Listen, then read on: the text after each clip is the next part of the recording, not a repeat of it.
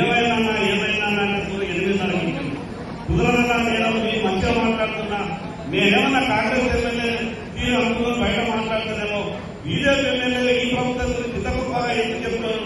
కానీ మీరేమో ఈ రకంగా 12 గుంటలు దాన్ని 8 గుంటలు చేస్తే రైతులు ఎట్లా సాగతిస్తామని అంటే లేదు జరిగిన తప్పులు నేను సవరిస్తున్నా, 14 గుంటలకు ఆదరిస్తున్నా అని వారం రోజుల క్రితం నాకు చెప్పాడు. కానీ ఈసారి 20 గుంటలు వస్తున్నారు. జొన్నలు 20 గుంటల దిగుబడి వచ్చింది. కాబట్టి ఈ 14 గుంటలు కొన్న తర్వాత కూడా రైతుల దగ్గర మిగిలితే ఇంకొక 4-5 గుంటలకు కూడా అవకాశం ఉంటే రైతుల దగ్గర కొనేటటువంటి ప్రయత్నం చేయాలని. అదేవిధంగా చివరిగా ఒక విషయం, ఆదిలాబాద్ లో పట్టణానికి ఆనుకుని 72 మంది సర్వేలు దాదాపు అక్కడ ఆదివాసీ సోదరులంతా కూడా ఇంకా కృషి చేస్తున్నారు.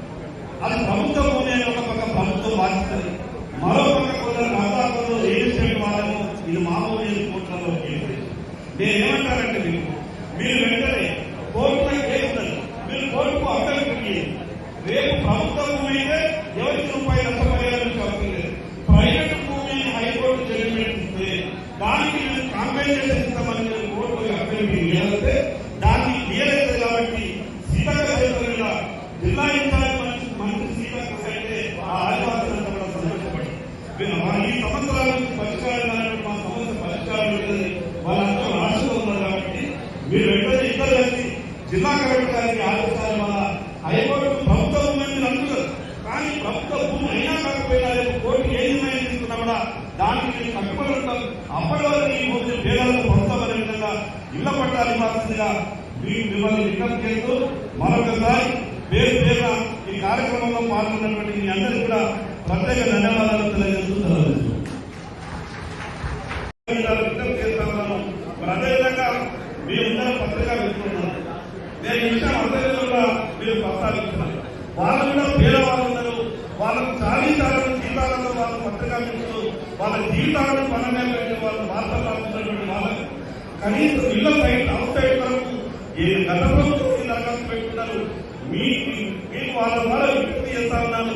ఈ వేదిక మీద నుంచి ఈ పత్రికా మిత్రులకు ఇళ్ల స్థలాలు ఇచ్చే విధంగా జిల్లా అధికారులు ఇక్కడికి ఆదిలాబాద్ జిల్లా నుంచి మీకు ప్రతిపాదనలు వచ్చినాయి. కాబట్టి ఇద్దరి ఇన్ఛార్జ్ మంత్రి గారికి, రెవెన్యూ మంత్రి గారికి జాయింట్ నా విజ్ఞప్తి వెంటనే ఈ వేదిక నుంచే ఆ పత్రికా మిత్రులకు ఇళ్ల స్థలాలు ఇచ్చే విధంగా ఆదేశాలని మీకు విజ్ఞప్తి చేస్తా ఉన్నాను.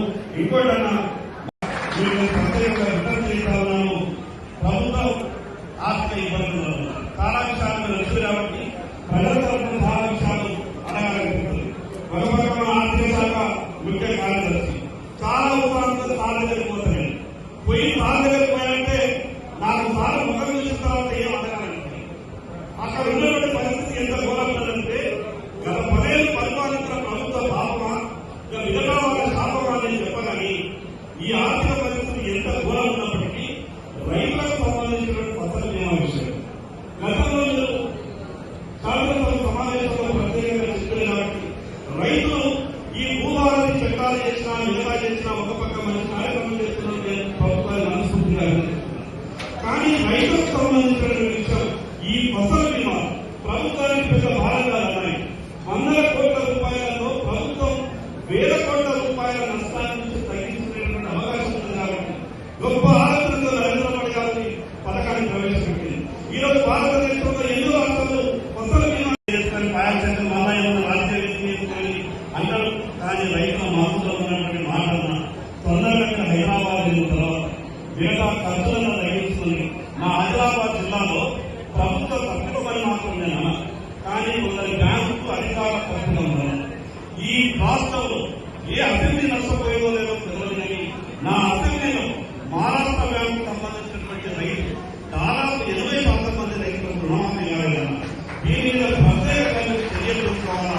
ఎందుకంటే ఈ విషయం నా ఆదిలాబాద్ జరిగింది, మిగతా కొన్ని అభివృద్ధులకు జరిగింది. మీరు రాష్ట్రంలో ల్యాండ్ చూసుకుంటే మీకు ఈ కనిపించలేదు. కానీ దీని మీద ప్రత్యేకమైనటువంటి చర్యలు తీసుకోవాలా. ఎందుకంటే నా ఆదిలాబాద్ జిల్లాలో గత టీఆర్ఎస్ ప్రభుత్వంలో అన్యాయం జరిగింది. ఇప్పుడు ఈ ప్రభుత్వంలో అన్యాయం జరిగితే వారు చాలా బాధపడుతున్నారు. కాబట్టి ఆ ఎక్కడైతే లోపం జరిగింది బ్యాంకు అధికారుల వల్ల జరిగినటువంటి తప్పుల వల్ల రైతులు నష్టపోతే అది మనందరికీ కూడా మంచిగా